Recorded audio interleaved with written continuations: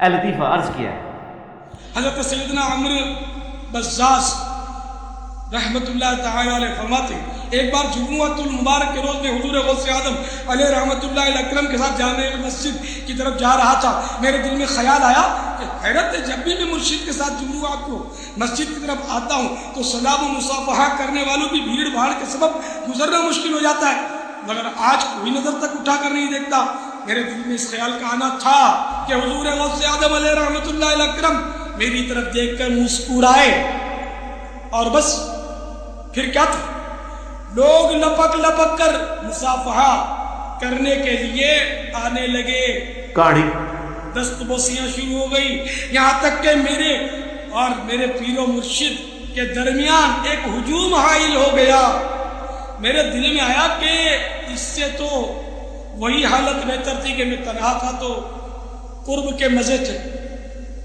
دل میں یہ خیال آتے ہی آپ رحمت اللہ تعالی علیہ نے مجھ سے فرمایا، اے عمر تم ہی تو ہجوم کے طلبگار تھے، تم جانتے نہیں کہ لوگوں کے دل میری مٹھی میں ہیں، اگر چاہوں تو اپنی طرف مائل کر لوں اور چاہوں تو دور کر دوں. آپ کو پتہ ہے یہ بڑی مشہور حدیث ہے بخاری اور مسلم دونوں میں، سیدنا اسامہ ابن زید سے بتا. ایک جنگ کے دوران کافر سے مڑ بھیڑ کے دوران جب وہ کافر ان کی تلوار کے نیچے آیا تو اس نے کلمہ پڑھ دیا، لیکن انہوں نے پھر بھی اسے قتل کر دیا. بعد میں قلق تھا، نبی علیہ السلام کی خدمت میں حاضر ہوئے کہ یا رسول اللہ اس طرح لڑائی ہوئی، وہ میری تلوار کے نیچے آیا، کلمہ پڑھ دیا، پھر بھی میں نے اسے قتل کر دیا. تو نبی علیہ السلام فرمایا تو نے اسے کیوں قتل کیا؟ کہ یا رسول اللہ اس نے اوپر سے کلمہ پڑھا تھا ڈر کی وجہ سے، اندروں وہ کافر تھا. ہو سکتا ہے یہ بات ٹھیک بھی ہو، ہم بھی یہی ججمنٹ کرتے ہیں، لیکن نبی علیہ السلام نے فرمایا کیا تو نے اس کا دل چیر لیا تھا؟ تو صحابہ نے تو نہیں کہا یا رسول اللہ کہ اولیاء اللہ دل کا حال جان لیتے ہیں تو ہم تو اولیاء کے امام ہیں. جی میں نے دل چیر لیا تھا. اور جو کہہ رہا تھا اس کو بھی پتا تھا میں کیا کہہ رہا ہوں، کہ کوئی نہیں دل چیر سکتا، صرف نبی کو وحی کی تائید حاصل ہوتی ہے. پھر آپ نے فرمایا اسامہ تو کیا کرے گا جب قیامت والے دن وہ کلمہ پڑھتا ہوا اللہ کے حضور تیرے خلاف مقدمہ قائم کرے گا؟ اسامہ تو کیا کرے گا، اسامہ تو کیا کرے گا، اسامہ تو کیا کرے گا. نبی علیہ السلام یہ الفاظ ریپیٹ کرتے رہے. سیدنا اسامہ کہتے ہیں میری خواہش ہوئی کاش آج سے پہلے میں کافر ہوتا اور آج کلمہ پڑھ کے مسلمان ہوا ہوتا، کم از کم میرا یہ گناہ تو دھل جاتا. اوئے ہوئے اسامہ ابن زید عام بندہ نہیں. صحیح بخاری میں حدیث ہے کہ نبی علیہ السلام زانوں پہ ایک طرف حسن ابن علی کو بٹھاتے تھے تو دوسرے طرف اسامہ ابن زید، حضور کے بچوں کی مانند پوتا حضور کا صلی اللہ علیہ وآلہ وسلم. بڑے بڑے صحابہ غصے کی حالت میں نبی علیہ السلام کو اپروچ نہیں کرتے تھے، تو اسامہ ابن زید سے سفارش کرواتے تھے.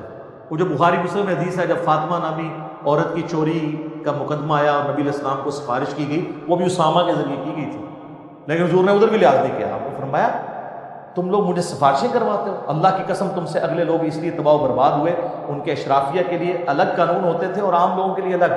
اللہ کی قسم اگر میری بیٹی فاطمہ بھی چوری کرتی میں اس کے بھی ہاتھ کٹوا دیتا، مجھے اپروچ کرتے ہو تم. یہ ہے اسامہ ابن زید. اور آپ ذرا مجھے بتائیں جو کہتے ہیں کہ بزرگ دلوں کے حال جان لیتے ہیں، کہتے ہیں تم جانتے نہیں کہ لوگوں کے دل میری مٹھی میں ہیں، اگر چاہوں تو اپنی طرف مائل کر لوں اور چاہوں تو دور کر دوں. آپ رائے گڑھ چلے جائیں، آپ ملتان شریف چلے جائیں، کسی بھی شریف جگہ پہ چلے جائیں تو مرید وہ ڈر ڈر کے بیٹھے ہوتے ہیں کہ بزرگ دل کا حال جان لیتے ہیں. میں نے کہا نا، پرانیاں گلاں، پرانے فرقے، پرانے بزرگ. ہوں تو انہاں دی برسیاں بھی ہو چکی ہیں نا، 1000 سالہ برسیاں، جو جتنا پرانا ہے وہ اتنی برسی ہو چکی ہے. میں یہ چیلنج کرتا ہوں، میں اپنی میکینیکل انجینئرنگ میں سے مشین ڈیزائن کا یا اسٹرینتھ آف مٹیریل کا ایک فارمولا میکینکس آف مٹیریلز کا لکھ کے دیتا ہوں کاغذ کے اوپر، کوئی دنیا کا بزرگ مجھے دیکھ کے پڑھ کے بتا. ہاں اگر وقت کا پیغمبر ہو وہ پڑھ کے بتا سکتا کیونکہ اسے وحی کی تائید حاصل ہوگی. نبی علیہ السلام کو کئی مواقع کے اوپر آپ کو پتہ ہے کافروں نے سوال کیے ہیں، نبی علیہ السلام کو نہیں پتا تھا، اللہ نے صورتیں نازل کر کے جواب سکھا دیا. قصہ موسیٰ اور خضر سکھایا، حضرت یوسف علیہ السلام کی بایوگرافی سکھائی، ذوالقرنین بادشاہ سے متعلق سکھایا سورۃ الکہف میں. وہ ایک جو بندی مولانا بیٹھا ہوا ہے کوئی مجہول قسم کا، اور وہ اپنے آپ کو کہتا ہے میں مفتی اعظم امریکہ ہوں، اس نے میرے جواب میں ریکارڈ کرایا، اس نے دیکھو کتنا گستاخ ہوا ہے، وہ کہتا ہے یہ تو اللہ کے نبی کے سامنے بھی رکھو تو وہ بھی فارمولہ نہیں پڑھ سکتے. اب آپ یہ کہیں کہ امام اعظم آ جائے تو یہ انجینئرنگ کا فارمولہ نہیں پڑھ سکتا جب تک میں نہ پڑھاؤں، یہ انسٹرومنٹ نہیں استعمال کر سکتے، ڈیوائس جب تک میں نہ بتاؤں. تو پھر آپ آئنسٹائن بھی آ جائے، نیوٹن بھی آ جائے، آپ کے سارے سائنٹسٹ بھی آ جائیں، تو پھر وہ قرآن کی آیت اور نبی کے حدیث تلاوت نہیں کر سکتے.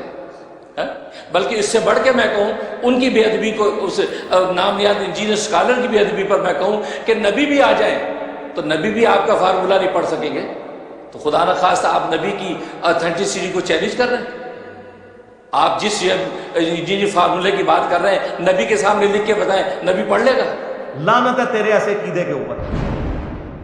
کلمہ پڑھ کے مسلمان ہو، بے شرم انسان. یہ میں اپنی ذات کی خاطر نہیں کہہ رہا، یہ تو حضرت عمر ہوتے تو پہلے تو اس کی وہ کرتے نہ، پھر اگلی بات اس سے کرتے. نبی علیہ السلام کو تو اپنے بابے بچانے کے لیے یوز کر رہا ہے. وہ امام حنیفہ رحمہ اللہ کا وہ گناہ دھلنے والے واقعے کو ڈیفینڈ کرتے ہوئے یہ کہہ رہا تھا نبی علیہ السلام کے پیچھے اللہ ہے. سورہ ال عمران کی آیت نمبر 179 ہے کہ اللہ کی یہ شان ہی نہیں ہے کہ کسی غیر نبی کو غیب پر مطلع کرے، وہ اپنے پیغمبروں کو غیب کے اوپر اطلاع دیتا ہے، اور تمہارا کام ہے اللہ اور اس کے پیغمبروں پہ ایمان لاؤ. بس اس حد کو کراس مت کرو. تو نبی علیہ السلام کو اگر یہ چیلنج دیا جائے وقت کے پیغمبر کو، وہ پڑھ کے سنا بھی دے گا، اس کو اللہ آنے واحد میں سب کچھ سکھا دے گا. باپوں کو اس لیے میں چیلنج کر رہا ہوں کہ تمہارا تو کہنا ہے کہ ہمارا اللہ سے تعلق ہے، اللہ کو تو آتی ہے نا انجینئرنگ، پڑھ کے بتاؤ. تم کہتے ہو ہم دلوں کے حال جانتے ہیں، ہمیں کشف القبور ہوتا ہے، وہ بھی کہانیاں. صحیح مسلم میں حدیث ہے، بخاری میں بھی اس کا کچھ حصہ ہے. ایک مدعم نامی غلام تھا نبی علیہ السلام کا، خیبر کے موقع پر نامعلوم تیر لگا، وہ شہید ہو گیا. صحابہ نے کہا سیدھا جنتی ہے. آپ میں تم جنتی کہہ رہے ہو، اس نے تو مال غنیمت کی ایک چادر چرائی تھی جو آگ کی پہنا دی گئی ہے اس کے اوپر، میں دیکھ رہا ہوں. تو صحابہ کرام فوراً گھروں کو لوٹے. اگر کسی نے کوئی رسی کا ایک ٹکڑا بھی یہ سمجھ کے اٹھایا تھا نا اس کی تو خیر ہے، وہ بھی لا کے مال غنیمت میں جمع کروایا کہ یہ سر وہ لوگ سمعنا و اطعنا تھے، سننے والے اور ماننے والے. تو صحابہ کرام کو تو سامنے میت کے اوپر آگ کی لائے جو چادر نظر نہیں آئی ہے. بخاری مسلم میں حدیث ہے، نبی علیہ السلام گزر رہے تھے، آپ رک گیا، آپ کا خچر بدک گیا، کیونکہ آپ علیہ السلام اس پہ بیٹھے ہوئے تھے، اس کی برکت سے اللہ نے اس کو بھی دکھا دیا. ویسے بخاری مسلم میں حدیث ہے کہ یہ ایک مناظر جو ہے وہ جنوں انس کے علاوہ ساری مخلوقات دیکھتی ہیں. آپ فرمائیں دو قبر والوں کو عذاب ہو رہا ہے، ایک پیشاب کے چھینٹوں سے نہیں بچتا تھا، دوسرا چغلی کھاتا تھا. پھر آپ نے ایک ٹہنی توڑ کے اس کے دو حصے کر کے لگایا، فرمایا جب تک یہ ہری رہیں گی ان کے عذاب میں تخفیف ہوتی رہے گی نبی علیہ السلام کی مبارک ہاتھوں کی برکت سے. تو صحابہ کرام کو تو عذاب قبر نظر نہیں آیا. کہانیاں